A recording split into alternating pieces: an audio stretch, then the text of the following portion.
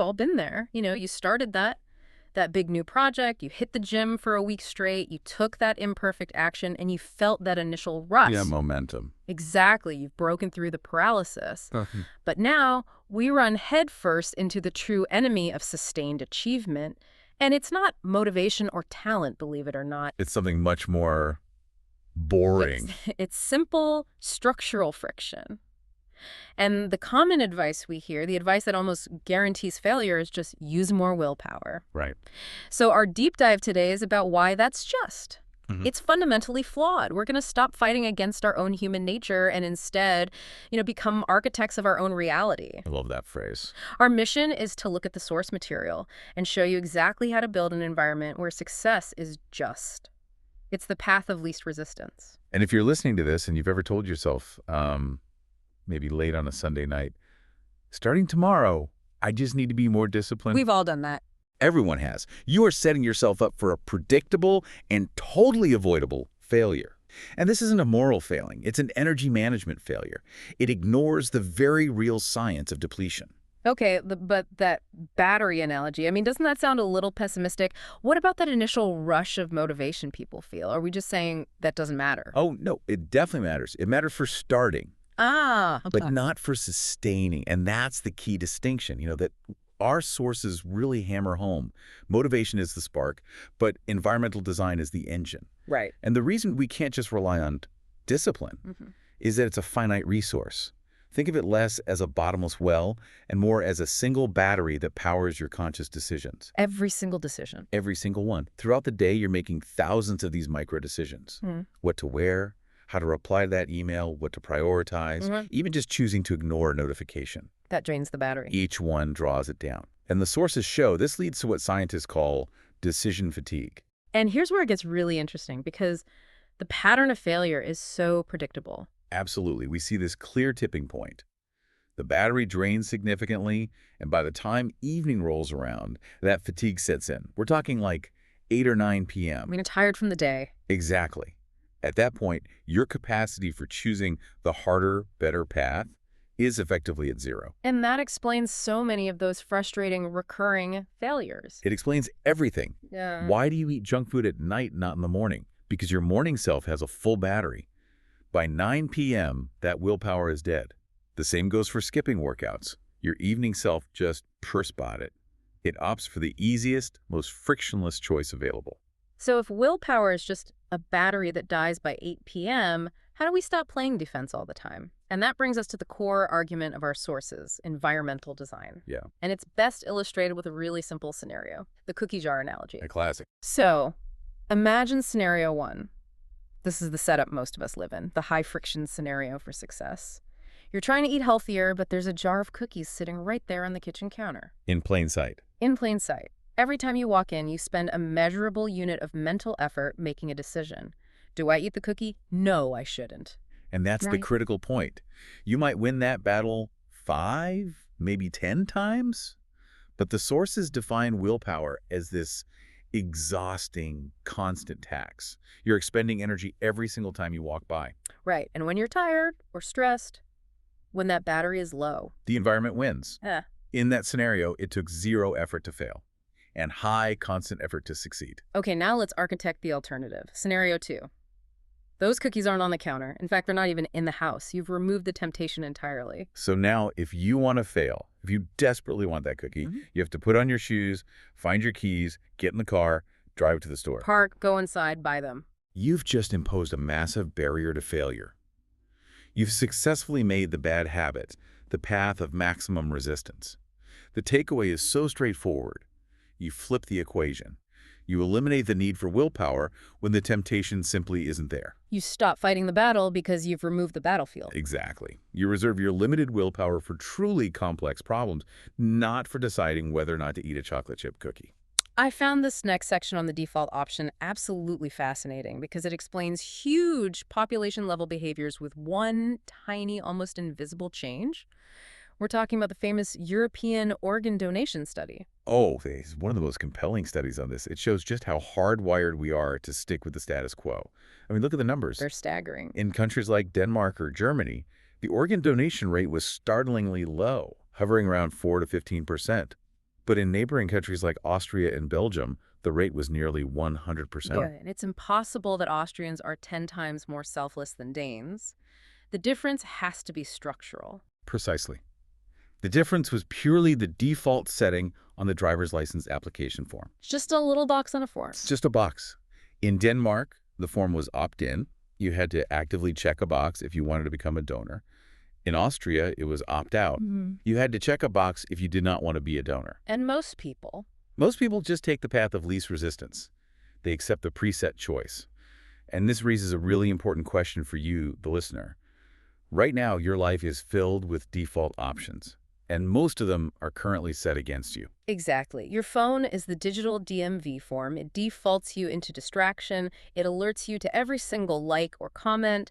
Your social media app is pre-logged in. Your TV is the central altar of your living room. You are fighting an uphill battle against an environment designed for distraction. And that's exhausting.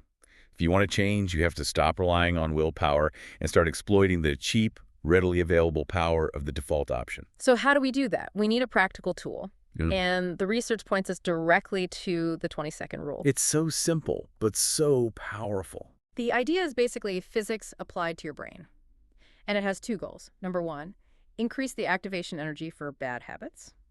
Make them take 20 seconds longer to start. And a friction. And number two, decrease the activation energy for good habits. Make them take 20 seconds less to start. That 20-second window isn't arbitrary either. The research suggests that this tiny time frame is just enough for the conscious frontal lobe part of your brain to have a chance. To catch up with the autopilot. Exactly. It's enough time to override that immediate automatic habit loop.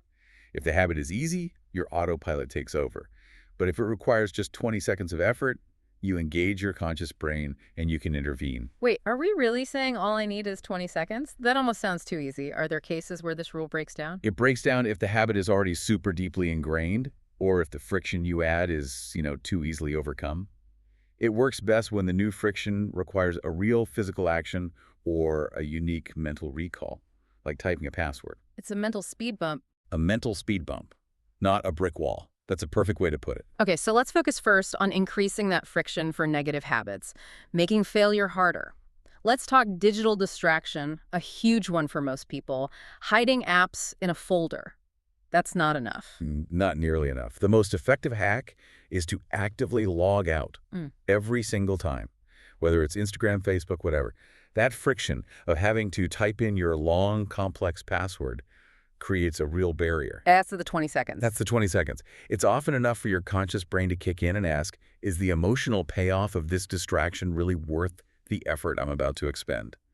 And 9 times out of 10, the answer will be no. We can apply that same idea to our finances, which is another common friction point. If you want to stop impulsive online shopping, you don't rely on being disciplined enough to resist the buy now button. You introduce architectural friction. For instance, store your credit card information physically out of reach, in a drawer upstairs, in a locked safe, whatever. You make the act of paying require a journey. A little quest. A little quest, yeah.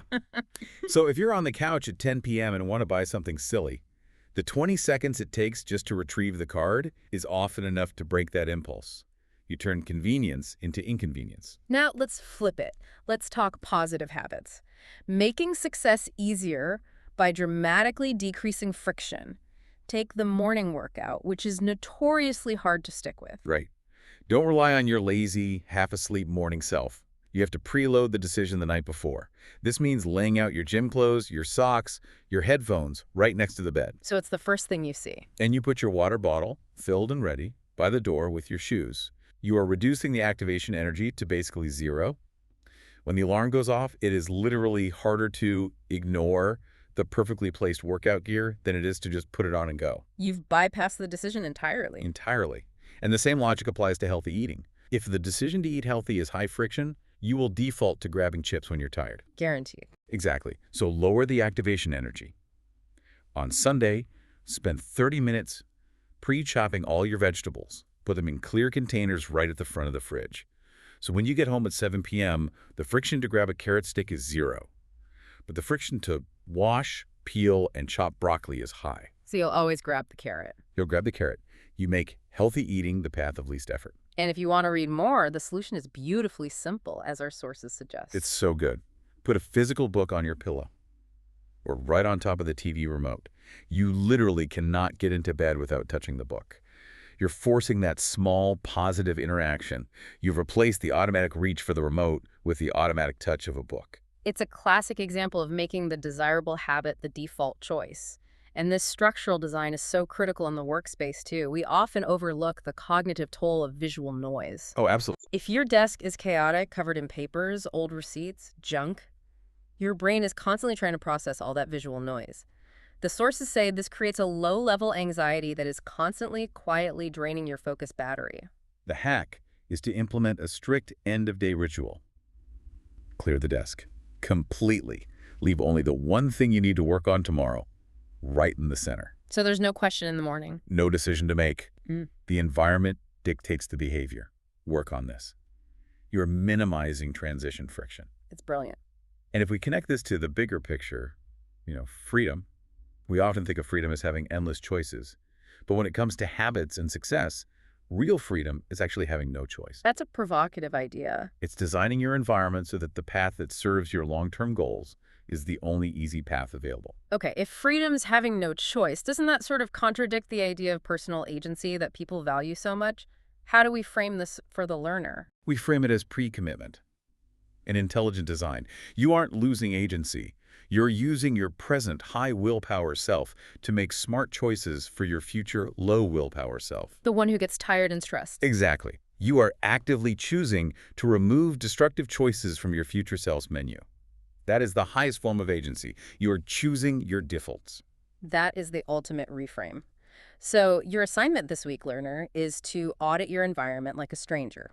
Walk through your house and ask the crucial question: what behavior is this room currently designed to encourage? Yeah. Does my living room scream, watch Netflix, or is it designed for reading? Is my kitchen set up for healthy meal prep or for grabbing zero friction snacks? Your final challenge is practical and immediate. Pick one friction point, one bad habit, and make it measurably harder. Add that 20 seconds of resistance, unplug the TV, hide the cord, log out of that app. And at the same time, pick one good habit and make it stupidly easy. Preload that decision tonight. Because if you successfully design your world, success becomes the default setting. You won't need to force it, it will just happen.